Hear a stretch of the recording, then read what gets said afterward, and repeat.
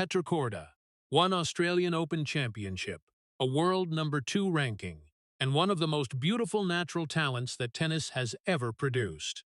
From his silky smooth forehands to his artistic one-handed backhand, he conquered the greatest courts on the planet with grace, perseverance, and an unyielding belief that never surrendered to defeat.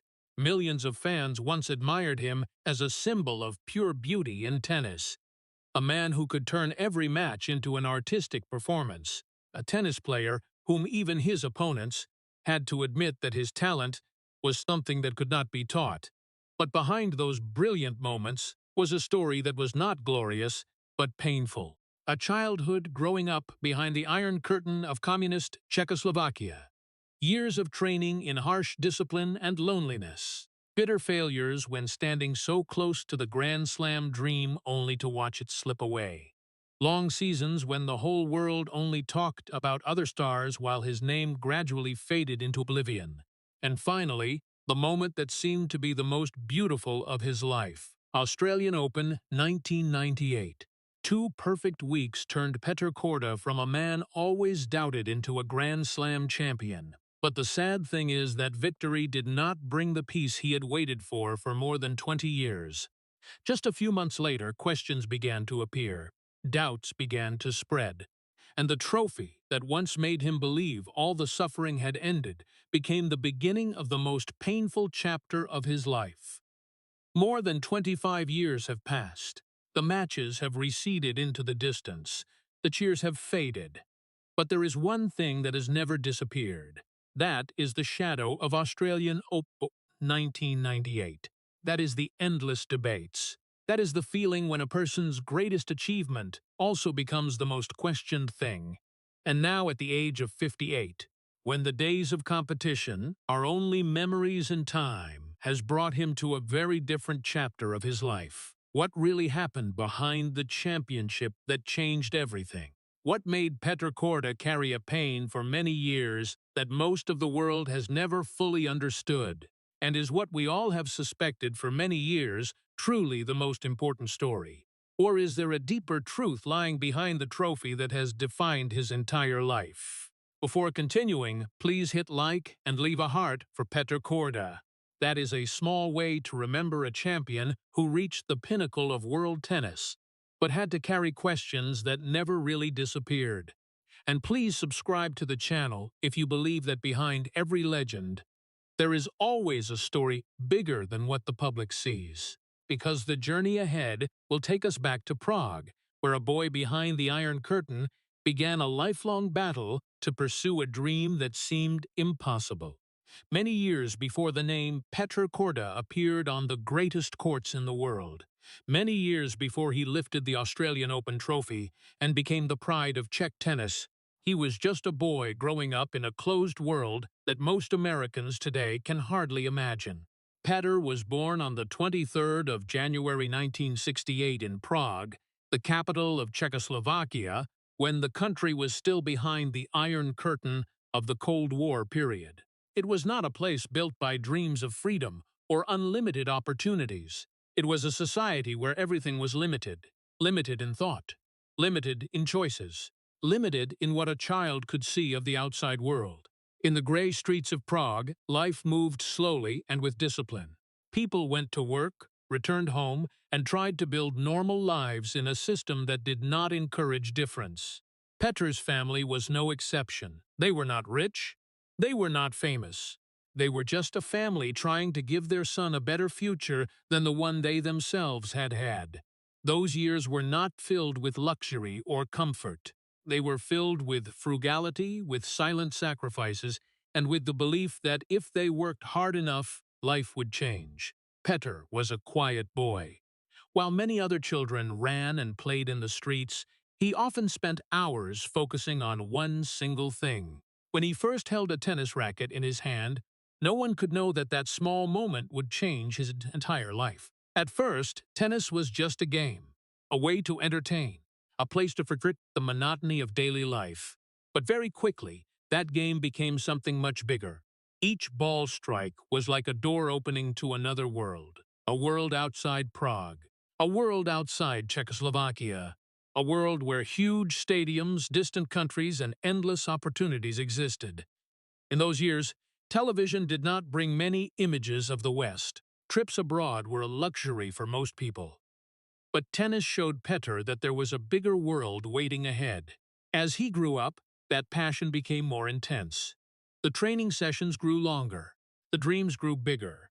But, along with the dreams came sacrifices that a boy was still too young to fully understand. His family began to devote more time and money to tennis.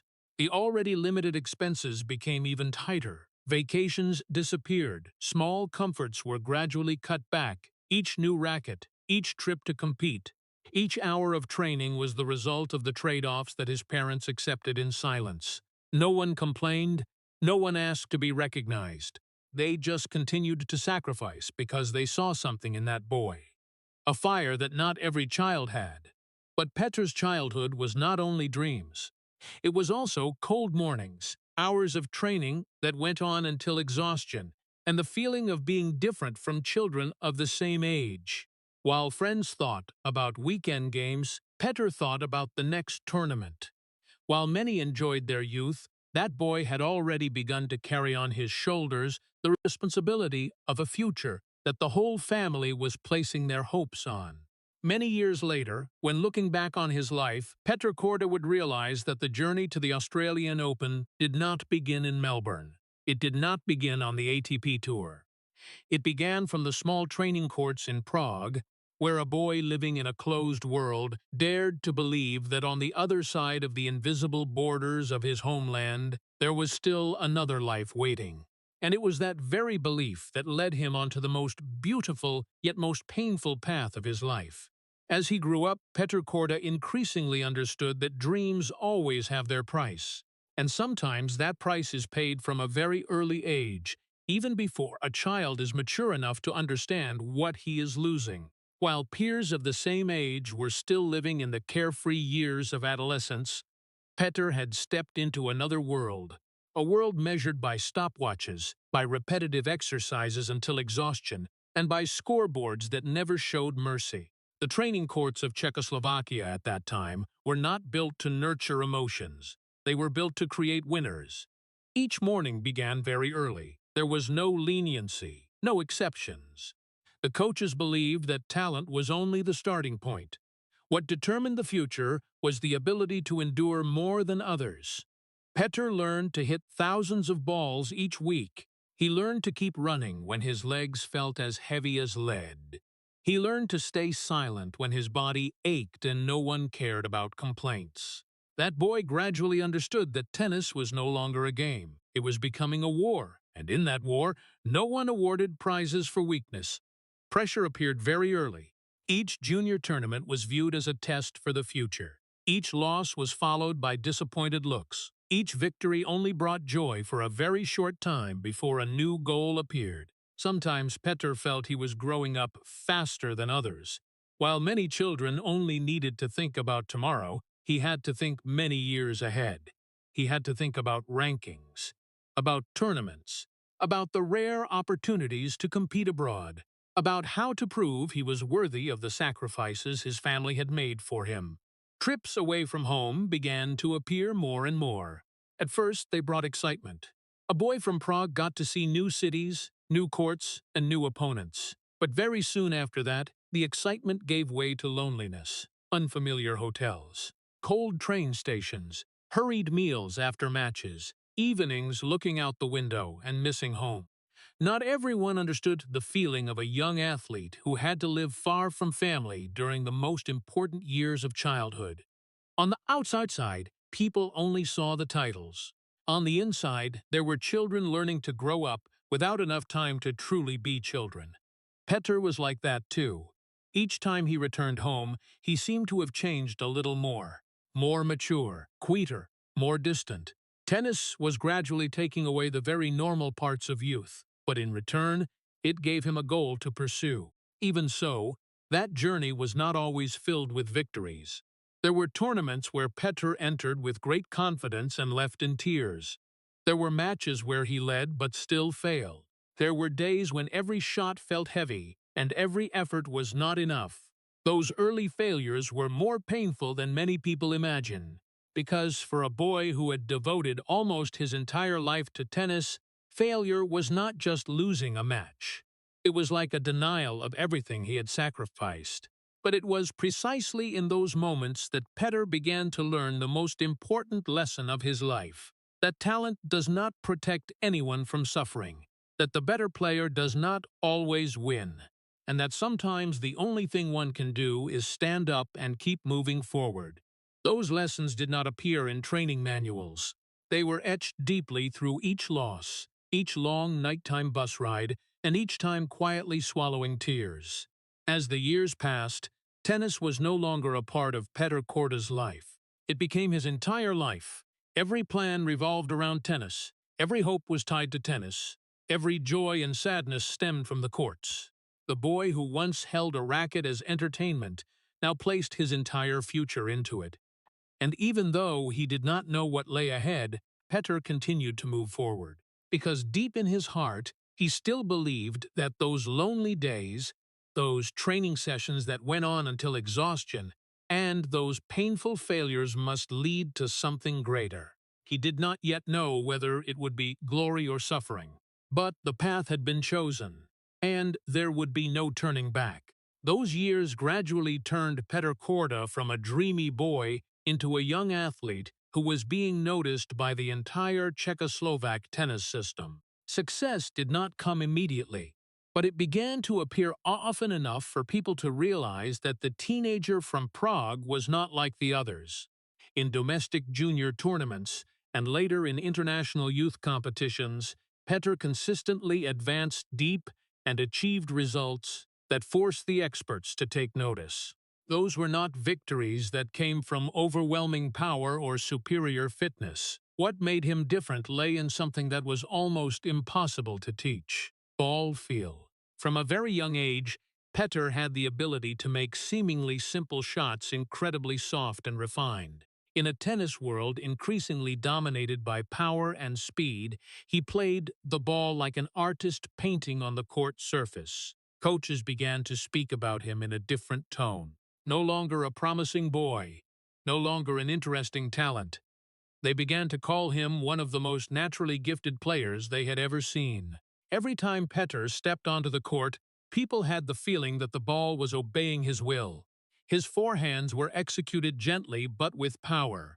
His one-handed backhands carried a rare grace. His net play made spectators stand up and applaud even when they were not familiar with that young man.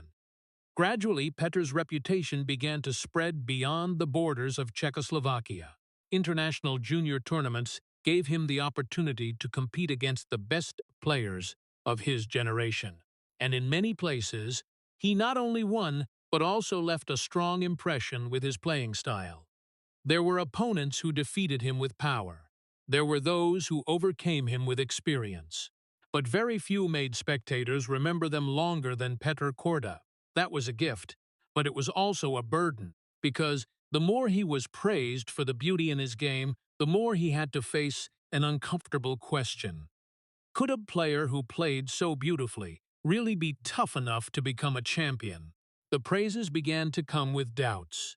Some experts believed that Petr possessed a rare natural talent, but they were not sure he had enough mental fortitude to dominate the biggest matches. In their eyes, Petr was an artist, and artists were often not the ones who lifted the biggest trophies. Those comments followed him from one tournament to another. People praised him, but at the same time they questioned him. They loved the way he played the ball, but they did not fully believe that he could become a Grand Slam champion in the future. That was what caused Petr more pain than many people thought, because behind those soft shots were thousands of hours of harsh training. Behind that grace were years of loneliness that very few saw. People saw the beauty, but they did not see the endurance. People saw the naturalness, but they did not see the sacrifices. And Petr began to carry within himself a silent determination. He did not want to be remembered his whole life as just a beautiful player. He did not want to become a wasted talent that people regretted every time they mentioned him. He wanted to prove that an artist could also win. A player who played with feel could also stand at the top of the world. Each new victory made that dream bigger. Each tournament pulled him closer to the stage he had always longed for. During trips across Europe, during sleepless nights in unfamiliar hotels, Petr began to imagine the greatest stadiums on the planet. Wimbledon, Roland Garros, Australian Open, US Open. Those names were like stars very far away, but still bright enough to guide the way. He no longer just dreamed of competing there. He began to dream of winning there. But at the same time, a harsh truth also gradually emerged. The closer he got to the peak, the lonelier the path became. And ahead of Petr Korda, there were not only the cheers waiting. There were also painful defeats, lingering doubts, and challenges that would follow him throughout the rest of his life. But at that time, he still did not know that. He only knew that the Grand Slam dream was growing bigger in his heart. Growing so big that it began to overcome all fears. Growing so big that he was willing to trade his entire youth to pursue it.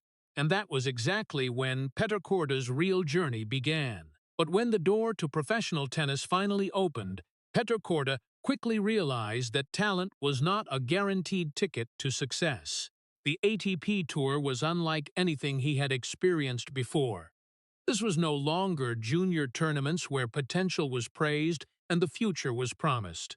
This was where the strongest, most mentally tough, and most stubborn men in the world fought for every point as if their lives depended on it. In a short time, Petr had to face a cold reality. The tennis world did not care how highly you had been rated. It only cared whether you could win or not. The late 1980s and early 1990s were one of the most fiercely competitive periods in the history of men's tennis. Every week, Petr stepped onto the court and saw names that millions of fans around the world respected. Grand Slam champions, players who had been world number one, people with power, experience, and confidence that he was still trying to build. There were matches where Petr played very well but still lost. There were times he felt he was only a few points away from victory, but in the end still had to quietly leave the court. The difference between a good tennis player and a great champion sometimes lay in just such small moments. And Petr began to feel that painful gap. Consecutive weeks of failure made life on the ATP Tour more exhausting than anything he had ever imagined. Airports began to look the same. Hotels began to look the same. Long flights, constantly changing time zones, and the feeling of having to prove himself every day gradually wore down his spirit. On the outside, people still talked about Petr Korda's talent, but on the inside, he began to wonder if that talent was enough. There were nights he lay in his hotel room, looking up at the ceiling and thinking about the years of youth he had left behind. He had traded too much. His family had sacrificed too much. But the Grand Slam was still something distant, like a mountain appearing before his eyes, but the closer he walked, the farther it seemed. Even so, there were still moments that made him believe he belonged on the biggest stage.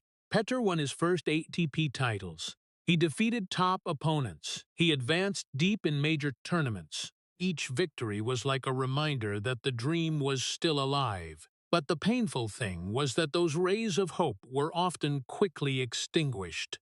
A successful tournament was followed by a disappointing failure. A week of inspired play was replaced by months of struggling to regain form. It was precisely that inconsistency that made many experts continue to doubt him. They loved Petr's playing style. They admired his talent. But they were not sure he had the coldness necessary to win a Grand Slam. Those comments appeared more and more often. And even if he did not say it, Petr heard them all. He knew what people were thinking. They saw him as an artist, someone who could create beautiful moments, but was not tough enough to dominate the longest battles. That was what broke his heart, because no one saw the mornings he woke up with an aching body. No one saw the hours of training that went on when the stands were empty. No one saw the times he forced himself to stand up when his body wanted to rest. Then the injuries began to appear. They were not immediate disasters that ended his career, but they were enough to erode an athlete's confidence. A back pain, a wrist problem, days when the body no longer responded as desired. Each time like that, Petr felt time was running faster. In elite sports, youth did not last forever. Each passing season was one fewer season to pursue the dream. And that was exactly what scared him the most. Not failure, not injury, but the thought that one day his career would end before he could achieve what he had pursued since childhood. When he entered his late 20s and early 30s, that pressure became heavier than ever. Younger players began to appear. New stars attracted media attention. Meanwhile, Petr was still searching for his first Grand Slam. There were times he looked at his record and wondered if everyone was right. Was he really just a talented player, but not great enough? Would he become one of those names remembered with the two words, "What if?" Those questions did not disappear. They followed him from one tournament to another, from one season to another. And the closer he got to 30, the more clearly Petr felt a silent fear growing inside him. The fear that one day he would have to leave tennis without ever touching a Grand Slam trophy. The fear that his greatest dream in life would forever remain just a dream.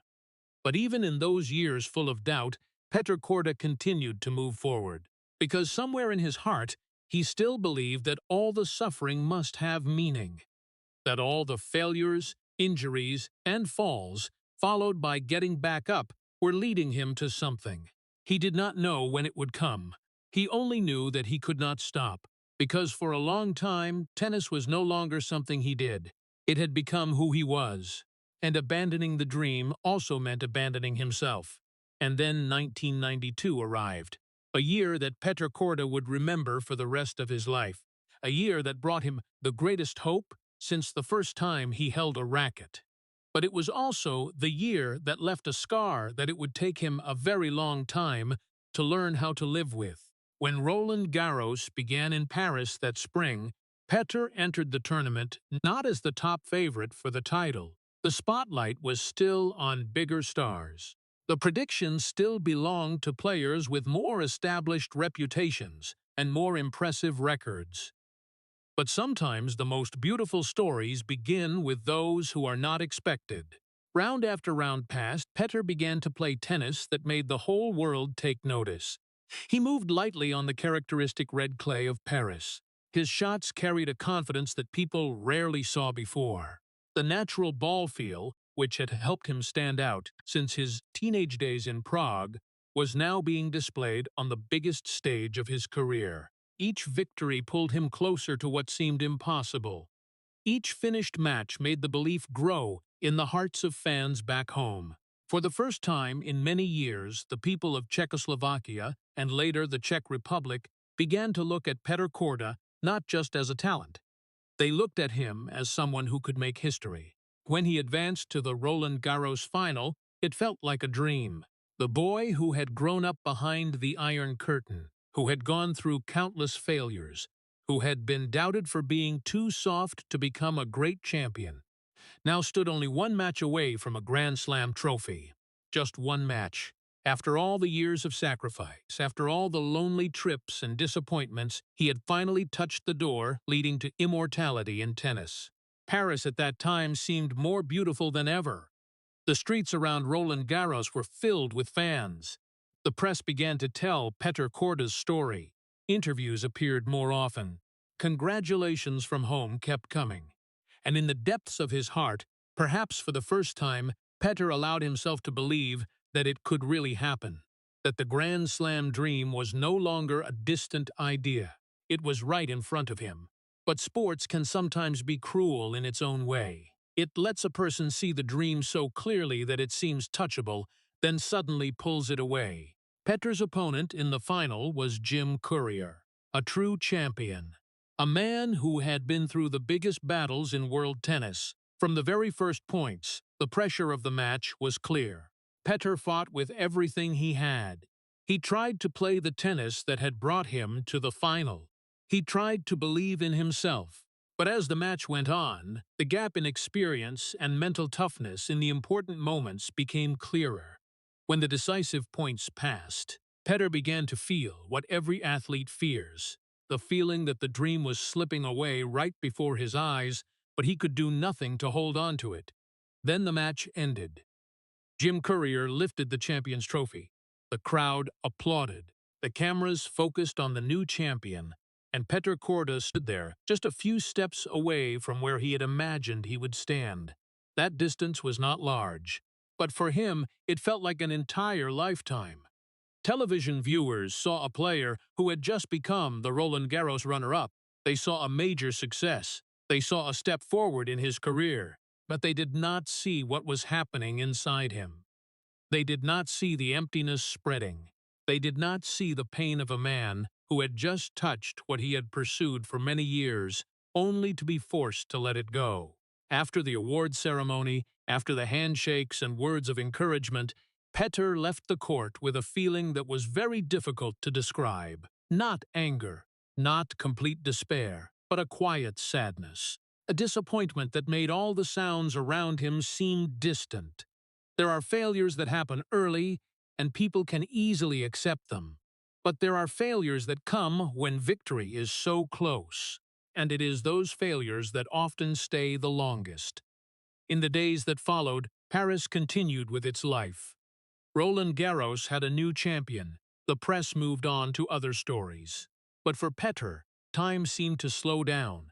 He kept thinking about the points he had lost, the opportunities that had slipped away, the moments when everything could have been different. That was what made this failure so painful. Because for the first time in his life, he had truly believed he could become a Grand Slam champion. And for the first time in his life, he had to learn to live with the feeling of standing right before history, but unable to take that final step. Many years later, people would remember Roland Garros 1992 as Petr Korda's first major breakthrough. But for him personally, it was the day Paris broke his heart. Because from that moment on, he understood that talent alone was not enough. Being a contender was one thing. Becoming a champion was something completely different.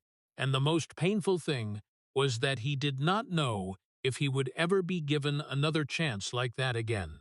But what made the failure in Paris more painful than anything was not the score on the scoreboard. What made it painful was what happened afterward. Because sometimes a loss does not end when one leaves the court. It continues to live in their mind for many years after. For Petr Korda, Roland Garros 1992 was not just a missed opportunity. It became a measuring stick that he had to carry throughout the rest of the decade. After reaching his first Grand Slam final, everything should have become easier. That was what many people thought. But reality was completely different. Starting from 1993, Petr entered the most difficult period of his career. A period not marked by major disasters or shocking scandals. It was painful in a much quieter way. Those were the years when he was still good enough to compete with the best players in the world, but could not reach what he desired most. One season followed another. The Australian Open passed.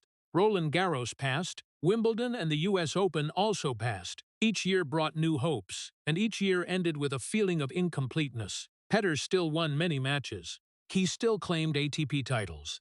He still remained in the group of top players in the world. But the Grand Slam still remained out of reach, like a door that kept opening and then slamming shut right in front of him. What made everything harder was the change of an entire tennis generation. In those years, the world of tennis belonged to big names. Pete Sampras began building his own empire. Andre Agassi became a global phenomenon. Jim Courier continued to affirm his status. Boris Becker remained a beloved icon for millions of fans. Michael Chang continued to write his fairy tale story. One after another stepped onto the center stage. One champion after another appeared on the front pages of sports newspapers. And amid all that spotlight, Petr Korda gradually became the one standing on the sidelines. Not because he played poorly, not because he disappeared from the ATP Tour, but because he did not have what the media loved most, a Grand Slam. Stories about Petr became fewer and fewer. Articles praising his talent appeared less often. The tennis world began to see him as a familiar face rather than a title contender. That was what hurt him deeply. because inside that man the same desire that had never changed still existed. He still woke up every morning with the wish to become a Grand Slam champion. But as the days went by, that desire had to live alongside more and more doubts. Not doubts from others, but doubts from himself. There were nights after a loss in a major tournament when Petr sat alone in his hotel room and wondered if the best opportunity had been left behind in Paris in 1992, whether that final was the closest he had ever come to the dream, whether he still had enough time to try again. Those questions never had clear answers. They were just there, silent, heavy, and increasingly hard to ignore as his age began to rise. Each passing year, Petr saw younger players appear. They were stronger, faster, more confident. They carried the energy he himself once had when he was young, and that forced him to face a frightening truth. In elite sports, opportunities do not wait for anyone forever. Some dreams have an expiration date. Petr understood that better than anyone, but instead of giving up, he chose to keep fighting. Perhaps because he did not know what else to do. Tennis had been his entire life for too long. Each time he failed, he returned to the training court. Each time he was eliminated from a Grand Slam, he prepared for the next tournament. No one knew how many times he had to pull himself out of disappointment. No one knew how many times he had to convince himself that there was still hope. Those years did not create big headlines in the newspapers. There were no heroic moments replayed on television. There were no trophies lifted before tens of thousands of spectators. There was only perseverance. Only a man who continued to move forward even as the world gradually shifted its attention elsewhere. That is why today few people remember the period from 1993 to 1997 in Petr Korda's career. But for him personally, these were perhaps the most important years, because it was precisely in that time that he learned how to exist without the spotlight, learned how to keep fighting when no one expected anymore, learned how to keep the dream alive even when it began to seem distant. And then, as 1997 gradually came to a close, Petr turned 30. For many athletes, that was the time they began to think about the end of their careers. For Petr, it was the time when his greatest fear became clearer and clearer. He had devoted almost his entire life to pursuing one Grand Slam trophy. But that trophy still did not belong to him. The scariest thing was not failing one more time. The scariest thing was the thought that perhaps the last opportunity had quietly passed without him realizing it. And in the final days of that year, very few people knew that fate was preparing one more chance for Petr Korda. It could be the last chance, it could be the most beautiful chance, and it could also be the chance that would change his entire life forever. And then that chance appeared in January of 1998, not in Paris, not at Wimbledon, but in Melbourne, where very few people believed that Petr Korda was about to write the most beautiful story of his life. When the Australian Open began that year, he had already turned 30. In the world of tennis, that was no longer the age of prodigies or promising new faces. It was the age when many began to think more about missed opportunities than opportunities waiting ahead. The press did not see Petr as the #1 favorite for the title. Pre-tournament conversations mostly revolved around familiar stars, Grand Slam champions, rising young players, names expected to dominate the future. And Petr Korda was still there, quiet as he had been quiet for many years, a talented tennis player, a court artist, a man admired but not fully trusted. Perhaps that very thing freed him. For the first time in many years, Petr entered a Grand Slam without having to carry the burden of too much expectation. He was no longer trying to prove anything to the world. He simply wanted to play the best tennis he could. And then the miracle began to happen. From the very first rounds, those following the tournament sensed something different. Petr did not just win. He played with a rare confidence. His forehands became sharper. His one-handed backhands were breathtakingly beautiful. His net approaches were precise, angles that only those with genius ball feel could create. Everything seemed to connect perfectly, body, mind, and the experience of more than 20 years pursuing tennis finally came together at exactly the right moment. That was something very few athletes get to experience in their lifetime.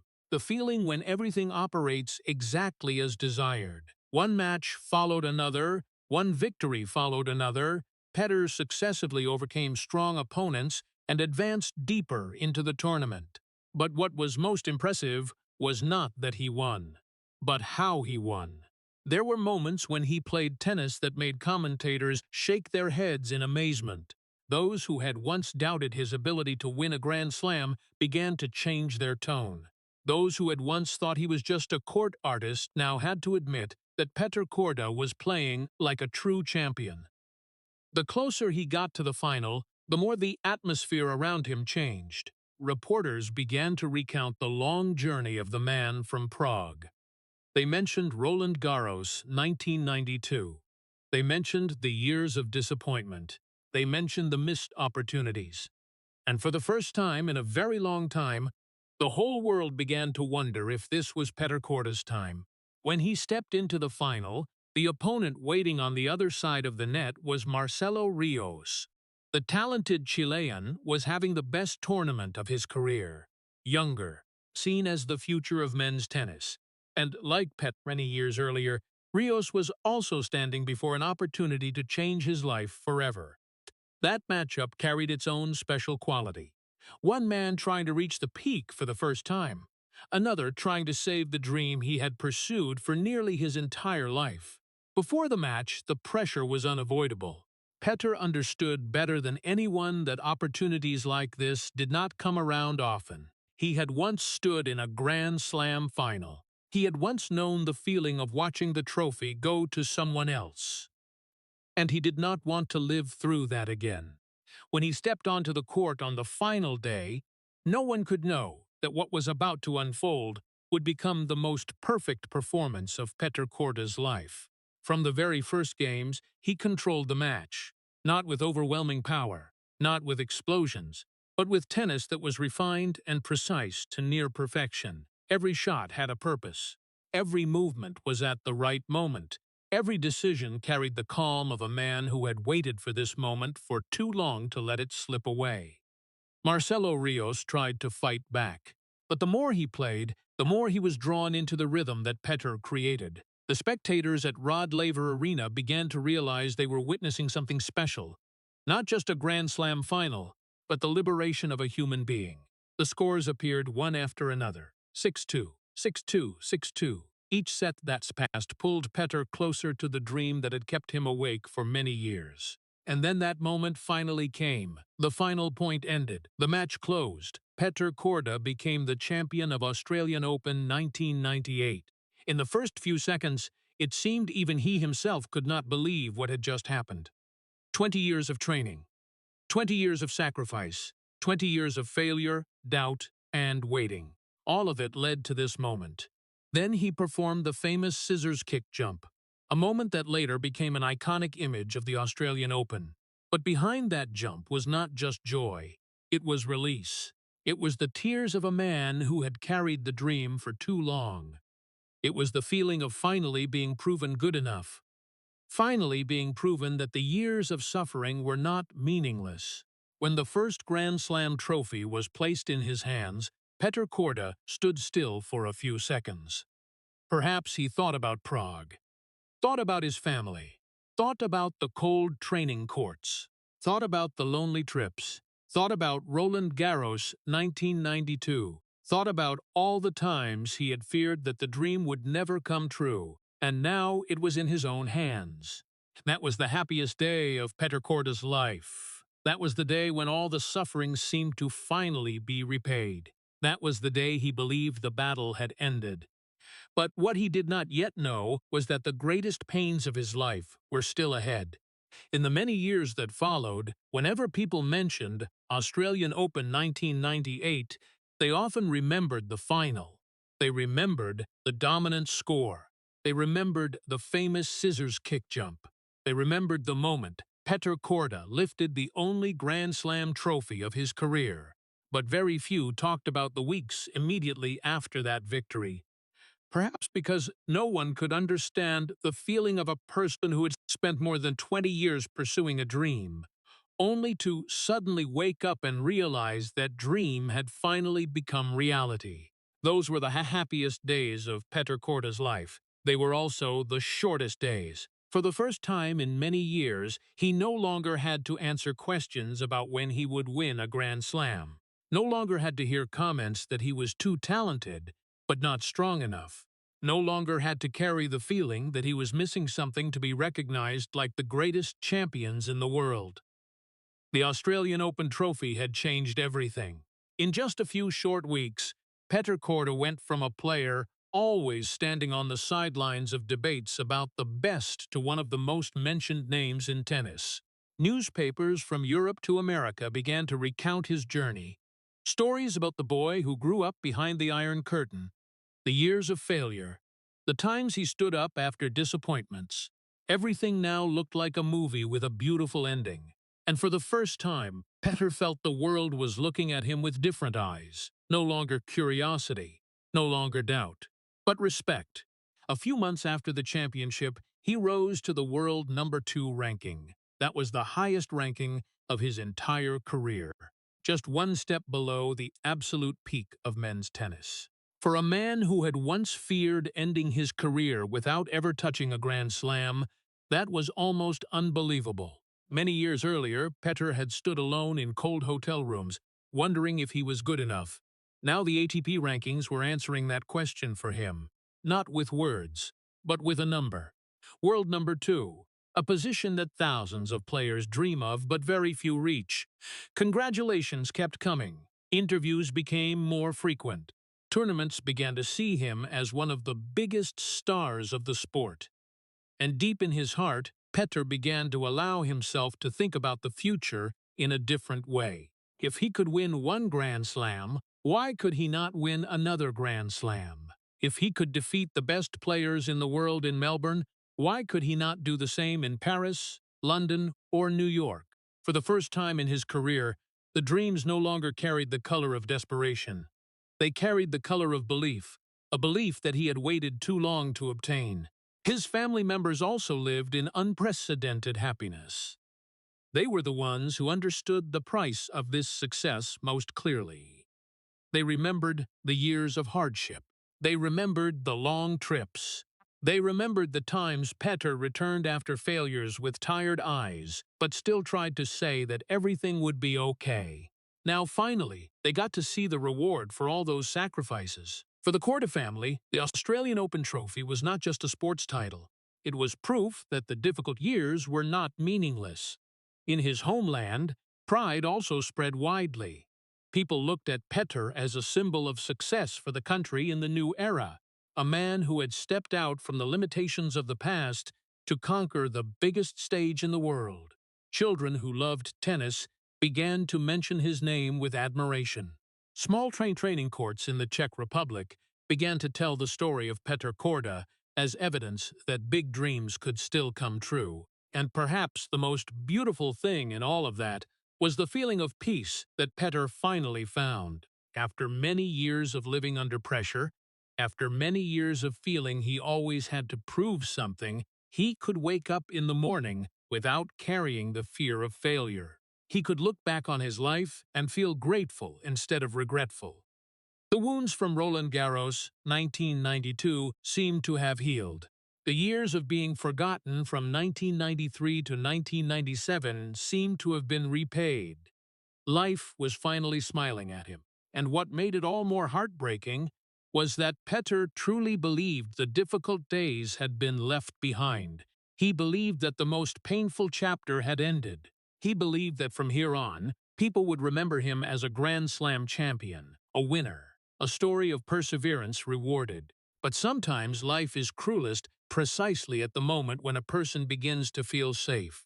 Because while Petr Korda was enjoying the happiest days of his life, somewhere out of his sight, a storm was quietly forming. A storm that would not only change his career, it would change the way the whole world remembered him forever. But then one day, everything began to change. Not on the court, not in a final, not under the lights of a stadium packed with spectators, but in silence. in the way the greatest tragedies often appear, quietly, without warning, and powerful enough to destroy what a person had spent a lifetime building. In the first months of 1998, Petr Korda was still living in the dream he had waited more than 20 years for. He was the Australian Open champion. He was the world number 2. He was playing with unprecedented confidence. Those who had once doubted now had to acknowledge his talent. Those who had once thought he did not have the mental strength to win a Grand Slam now had nothing left to say. Everything was finally happening just as he had once imagined. But life sometimes does not destroy a person with direct blows.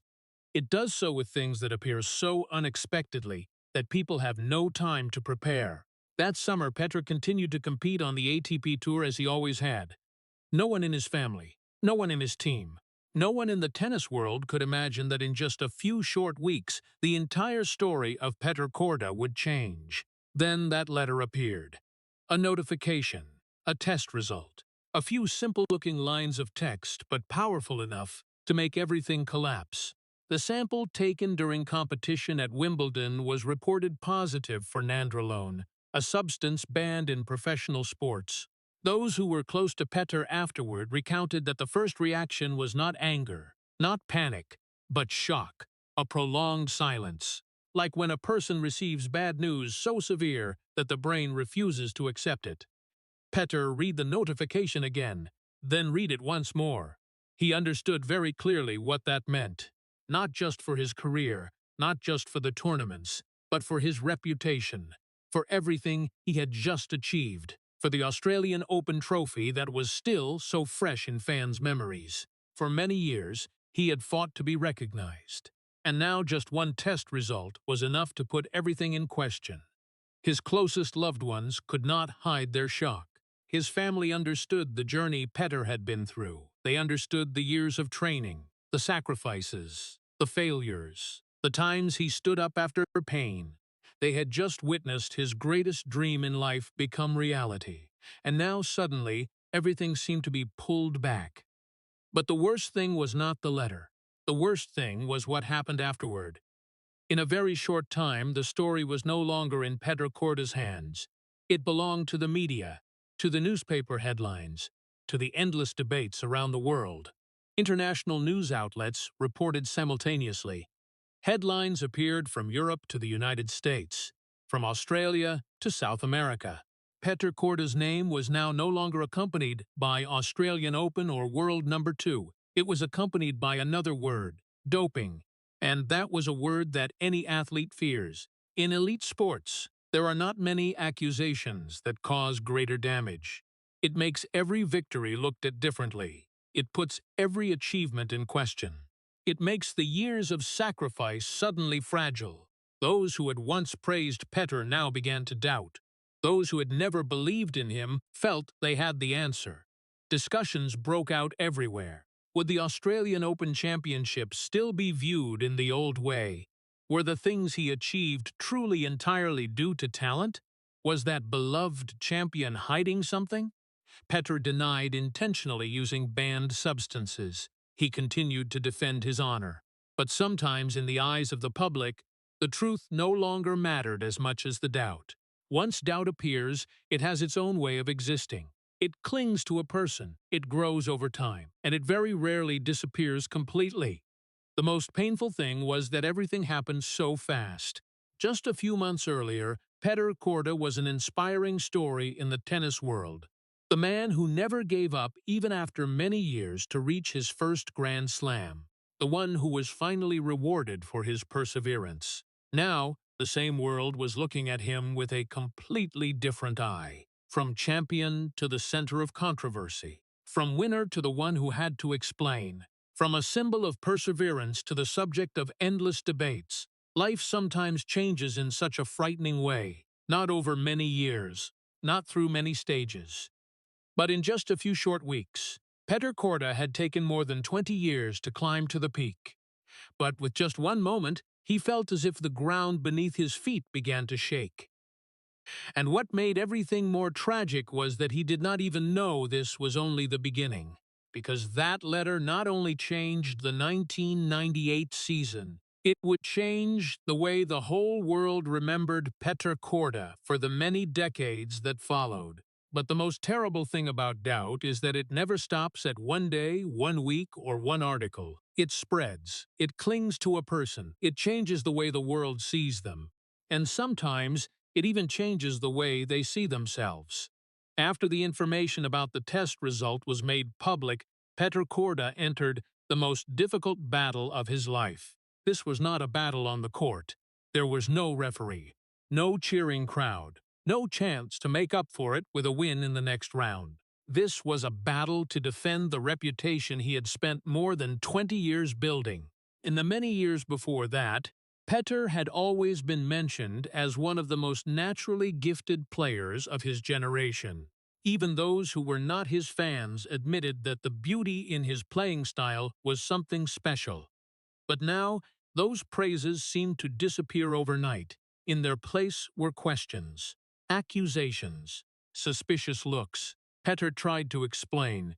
He affirmed that he had not intentionally used banned substances. He denied seeking an unfair advantage.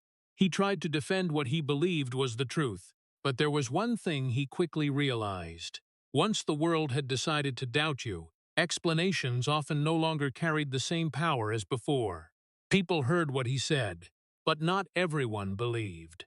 People read his statements, but not everyone changed their minds. And that made him feel helpless in a way that no defeat on the court had ever brought.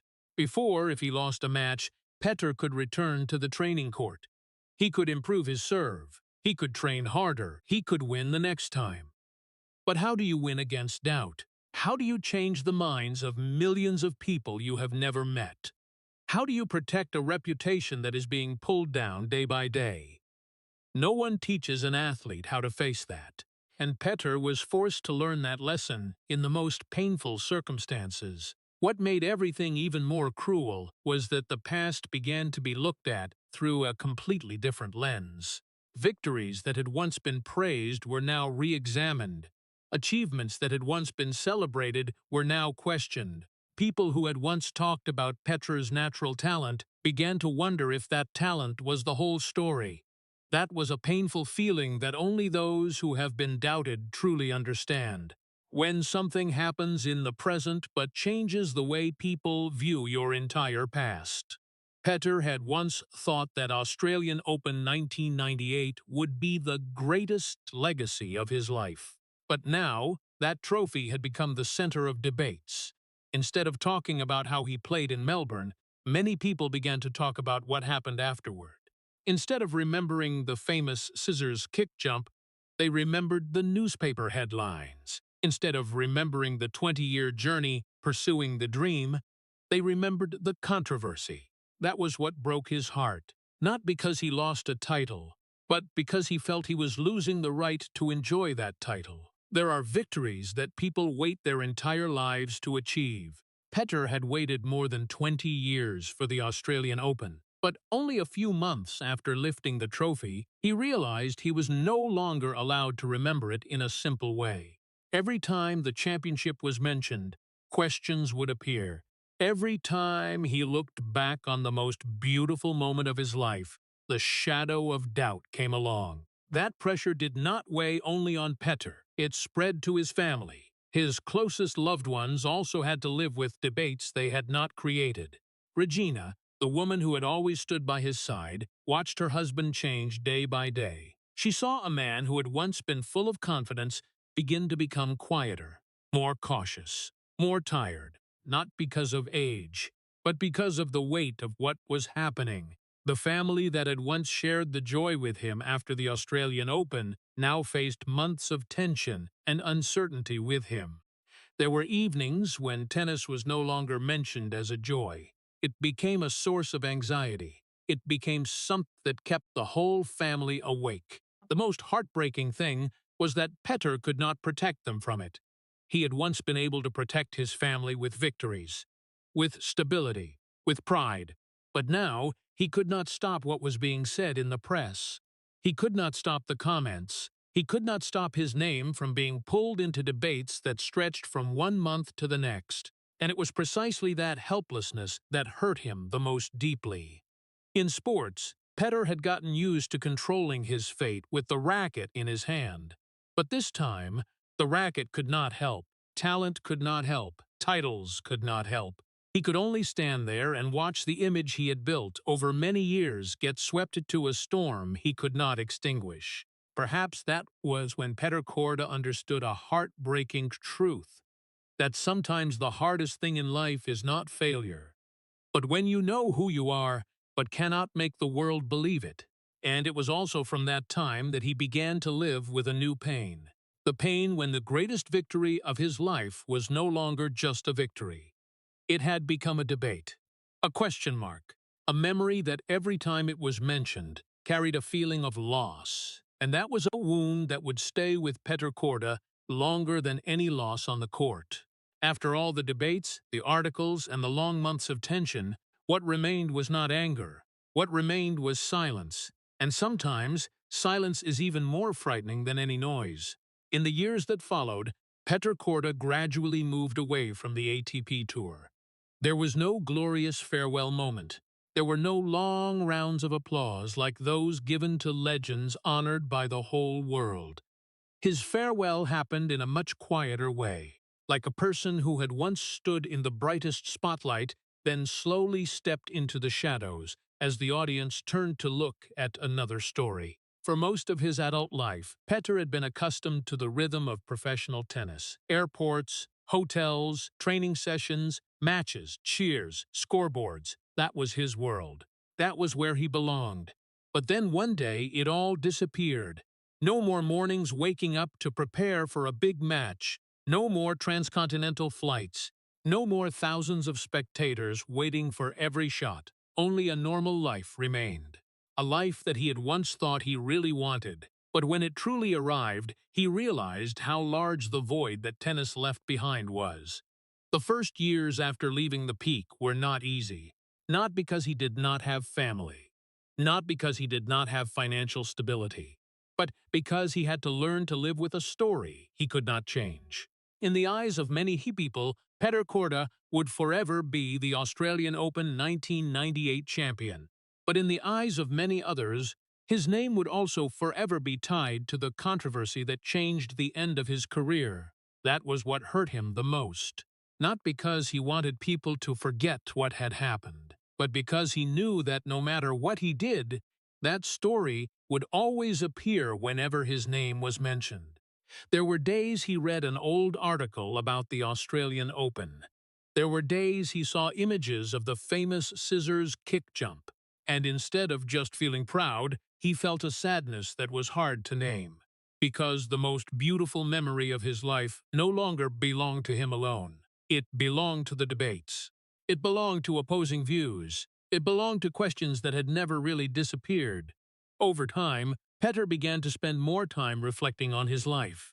When he no longer had to rush from one tournament to another, he had the opportunity to look back at the entire journey that had brought him here. From the boy who grew up in communist-era Prague, from the cold training courts, from the lonely trips, from Roland Garros 1992, from Australian Open 1998, and then to the years living under the pressure of doubt. He realized that his life could not be summed up in one victory or one controversy. It was much bigger than that. But understanding that and accepting that were two completely different things.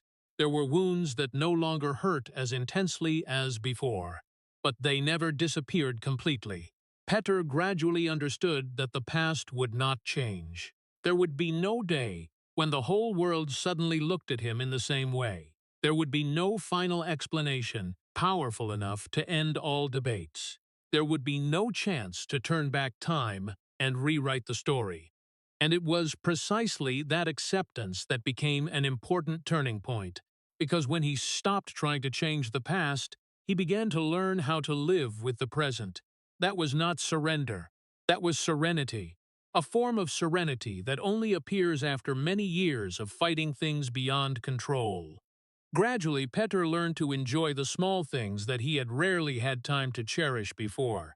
Quiet mornings, family meals, conversations unrelated to tennis, days with no pressure to beat anyone. The world no longer looked at him every day. Cameras no longer followed his every step.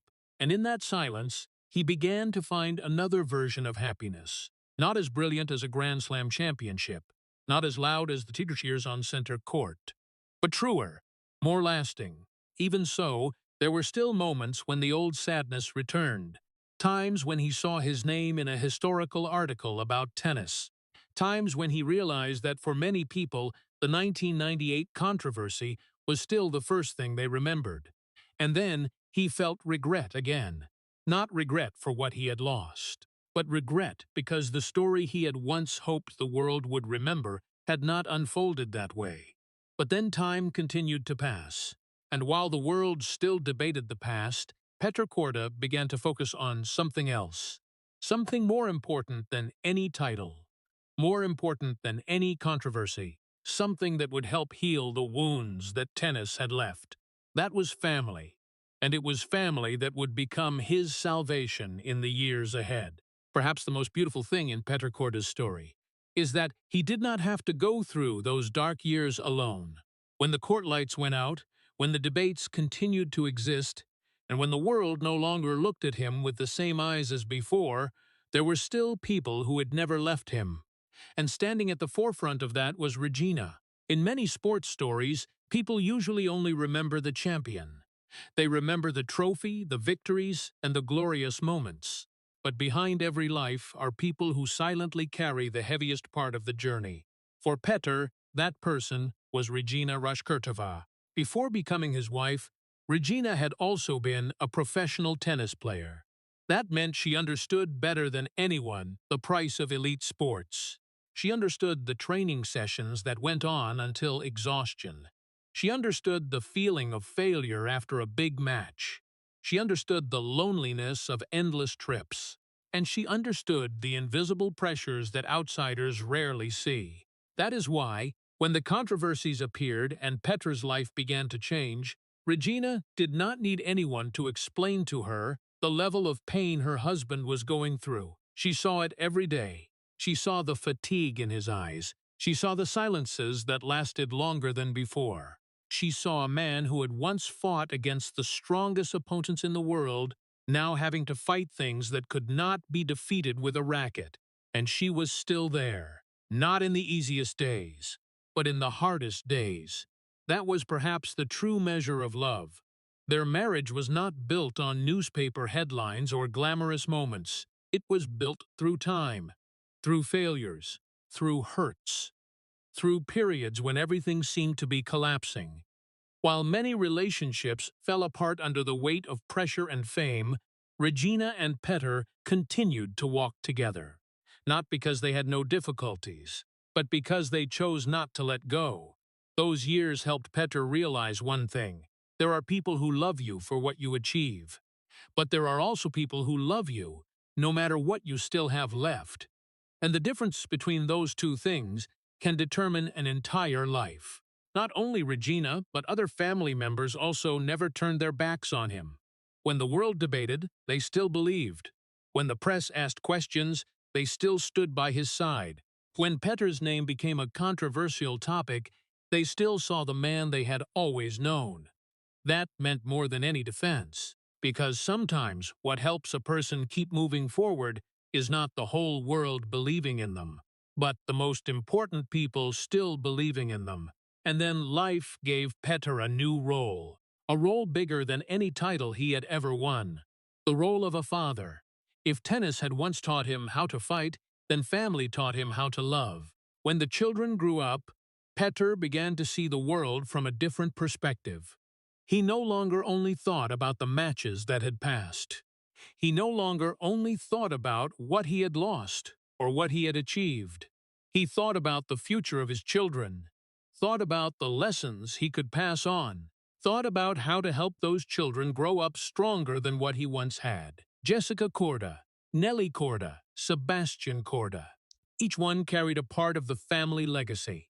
But Petr did not only teach his children how to compete, He taught them how to face failure.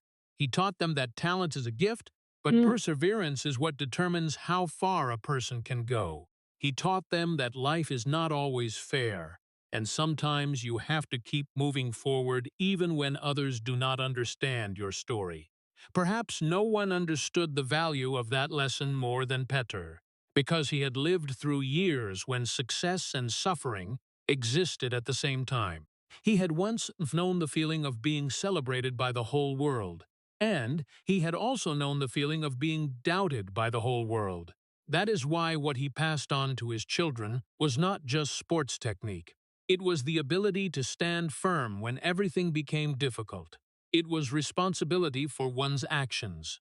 It was humility in victory and courage in defeat. Over time, family gradually became the place that healed the wounds that tennis could not heal.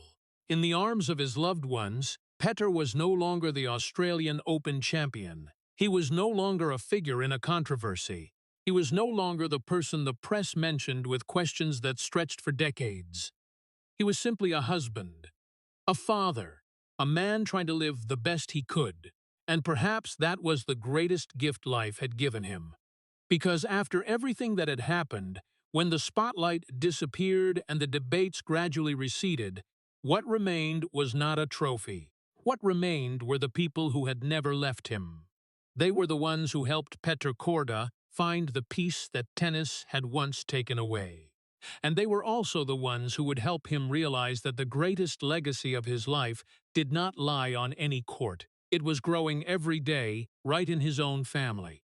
And then over time, Petr Korda began to realize that life sometimes heals wounds in ways we never expect. For many years, he had thought that his legacy would be measured by what happened on the tennis court. By titles, by the world #2 ranking, by the Australian Open trophy that had changed his life forever. But as he entered another chapter of life, he gradually understood that there were things greater than any trophy. There were victories that did not appear on the scoreboard, and there were legacies that could not be placed in a display case. One of the things Petr was most proud of was not what he had achieved for himself, but what he witnessed in his children. When Jessica Korda grew up, Petr saw in his daughter many familiar things. Not only sports talent, but also discipline, determination, and the ability to keep moving forward even when things did not go as desired. Jessica chose golf instead of tennis. That was not the path her father had taken. But Petr had never tried to turn his children into copies of himself. He understood too well the pressure of living in someone else's shadow. What he wanted was for his children to build their own stories, and Jessica had done that. From her early days as a professional to becoming one of the prominent female golfers in the United States, she carried the values that the family had passed on. Every time he watched Jessica step onto the course with confidence and mental strength, Petr did not just see success. He saw a part of his own life continuing in a different way. But the Korda family story did not stop there. If Jessica made him proud, then what happened afterward went far beyond anything he could have imagined. Nelly Korda entered the world of golf and gradually became a phenomenon. Tournament after tournament, season after season, victory after victory. Nelly did not just compete excellently, she reached the peak of the sport she chose. When she became one of the top female golfers in the world, then rose to the world #1 ranking, Petr witnessed something that even his greatest dreams had never imagined. The man who had spent his entire youth pursuing the peak now got to see his daughter standing at that peak. Not once, but for many years. For a father, that was an emotion very difficult to describe. Perhaps it was completely different from the feeling of lifting a trophy. One's own victory brings joy, but the success of one's children brings something deeper, a feeling of peace, a feeling that the sacrifices of an entire lifetime had finally created something meaningful. And then Sebastian Korda appeared. Among Petr's children, Sebastian was the one who made the past and present intersect most clearly. When the boy began holding a racket, many people immediately thought of his father. They saw the Korda name. They saw familiar lines in his playing style. They saw a continuation that tennis rarely has the chance to witness. But for Petr, the important thing was not whether Sebastian became a copy of him. The important thing was that he had the right to write his own story. And Sebastian had done that. As he gradually advanced on the ATP Tour, as he defeated top opponents and steadily established his position in world tennis, Sebastian not only brought joy to fans, he also brought Petr a special emotion. Every time he watched his son step onto the court, it was as if he saw a part of his own youth, the hopes, the new opportunities. But this time, he was no longer the one who had to carry it all alone. He got to sit in the stands, to watch, to be proud, and to be loved without needing to prove anything anymore. What made that story even more beautiful was the values that had been passed from one generation to the next. Petr could not give his children an easy life. He could not guarantee they would not face failure. He could not stop the world from putting pressure on them, but he could give them the most valuable thing he had learned after decades living in elite sports. That was responsibility, resilience, the ability to stand up after the worst days, gratitude when things went well. Those lessons did not appear in interviews. They appeared in daily life, in the way he treated his family, in the way he faced difficulties, in the way he continued to move forward after the most painful years. And it was precisely those values that lasted longer than any title. Over time, Petr began to look at the Australian Open trophy with different eyes. He was still proud of it. He still knew it was the greatest achievement of his career. But it was no longer the center of the story, because when he looked at Jessica, when he looked at Nelly, when he looked at Sebastian, he realized a very simple thing. Trophy eventually gather dust. Rankings eventually change. Debates eventually fade with time. But the people he had helped raise would continue to live, continue to grow, and continue to carry those values to the next generation. And that was when Petr Korda understood that the greatest legacy of his life had never been in the trophy in Melbourne. It was living right in his own family, a legacy that could not be debated, could not be taken away, and no one could put a question mark on it. And perhaps that is exactly where Petr Korda's story truly ends. Not at Melbourne Park, not on the day he lifted the Australian Open trophy, not at the moment he became world number 2, but many years later when he had enough time to look back on his entire life and wonder what was truly important. At the age of 58, Petr no longer lived in the frantic rhythm of professional tennis. Transcontinental flights had become memories. 5-set matches under harsh sunlight were now just old footage. The body that had once taken him to the peak now also carried the marks of time. But there were memories that remained. Memories of Prague, of the boy who grew up in a closed world behind the Iron Curtain, of the cold mornings on the training courts, of the old rackets, of the silent sacrifices of his parents, of the years when the whole family placed their faith in a dream that did not yet have a clear shape. When looking back on that path, Petr understood that his journey had never been easy. There was no shortcut from Prague to the Australian Open. There was no miracle that turned him from an ordinary boy into a grand champion. Everything was built with time, with perseverance, with the failures that most of the world had never seen. Fans usually remembered the glorious moments. But Petr remembered the lonely years. He remembered the cold hotel rooms, the long trips, the painful losses, the evenings wondering if he was pursuing a dream that would never come true. He remembered Roland Garros 1992. He remembered the feeling of standing so close to history only to watch it slip away. He remembered the years from 1993 to 1997 when Grand Slams passed one after another, while he still stood outside the door of glory. And then he remembered Australian Open 1998, 2 weeks when everything finally happened exactly as he had once dreamed. If life were a movie, that should have been the perfect ending. The man who had fought for 20 years had finally won. The one who had been doubted had finally been recognized. The one who had lived with disappointment had finally been rewarded. But life is not a movie. And sometimes the most painful chapters begin right after the happiest moment. When looking back on what happened afterward, Petr no longer carried the anger he once had. Time had taken away many things, but it had also brought serenity. He no longer woke up every morning thinking about the debates. He no longer tried to convince everyone to see the story his way. But that did not mean the wounds had completely disappeared. There are pains that no longer knock you down. They simply become part of who you are. And for Petr, the most painful thing had never been the articles or the criticisms. The most painful thing was realizing that the greatest victory of his life could never be enjoyed in the way it should have been enjoyed. Many people think that the greatest loss for an athlete is losing a title. Others think it is money, career, or fame. But Petr understood that his greatest loss lay somewhere else. He did not lose the Australian Open trophy. He was still a Grand Slam champion. He was still part of tennis history. What he lost was the ability to look back on the most beautiful moment of his life without feeling heartache. What he lost was the peace that should have come with that victory. What he lost was the feeling of being allowed to simply enjoy the dream he had pursued for more than 20 years. That was something very few people understood.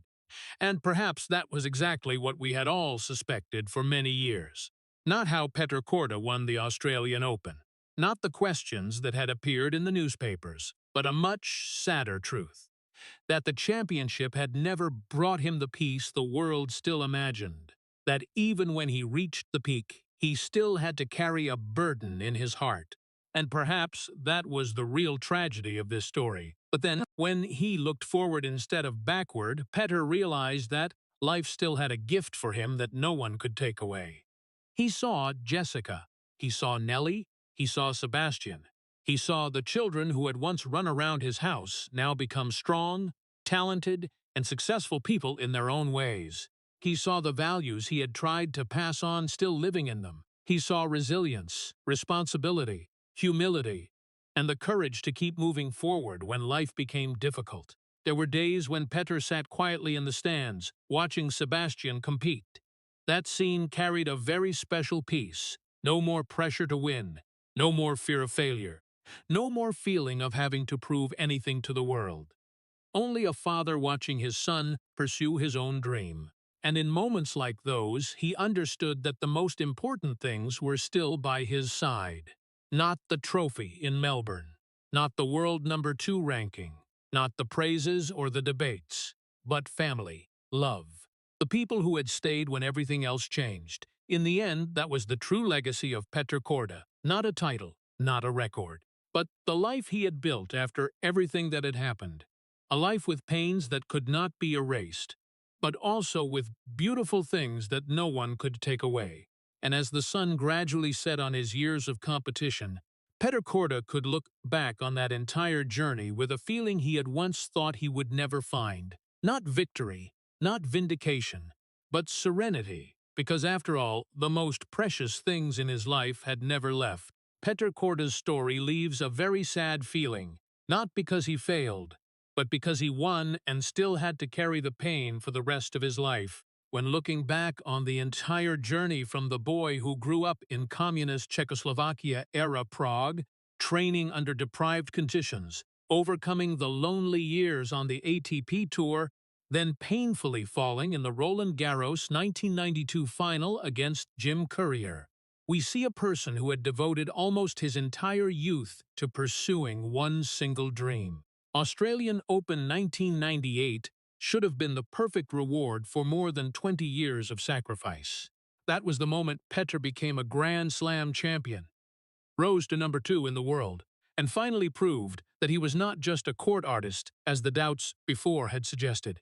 Yet what makes viewers feel the most sorrowful is that that victory did not bring peace. The controversy after the Nandrolone test result turned the most beautiful moment of his life into a debate that lasted for decades. The heartbreaking thing was not that he lost the trophy, because the trophy still belonged to him. The heartbreaking thing was that he lost the ability to enjoy that trophy with a serene heart. For American audiences, this story reflects a very real lesson in modern society. Success does not always heal old wounds, and fame does not always bring happiness. We often think that once we reach the peak, all suffering will end. But Petr's life shows the opposite. The most lasting value does not lie in the world number 2 ranking or the Australian Open Championship, but in the fact that he still kept his family by his side after all the storms. When Jessica, Nellie, and Sebastian Korda grew up and succeeded on their own paths, Petr finally realized that the greatest legacy of his life was not the trophy in Melbourne, but the people he had raised. That is what is most worthy of honor in Petr Korda, a man who was once wounded by history, but did not let those wounds stop him from becoming a husband, a father, and a role model of perseverance for the next generation. If Petr Korda's story has touched your heart, please hit subscribe to the channel and leave a heart under the video as a token of gratitude for the man who devoted his entire life to pursuing a dream, then learned how to stand firm even when that dream did not bring the peace he had once expected. Thank you for accompanying us to the end of Petr Korda's journey, full of tears but also full of perseverance. And see you again in the next video with another story about a sports legend who had to pay a very high price for the glory that the whole world once admired.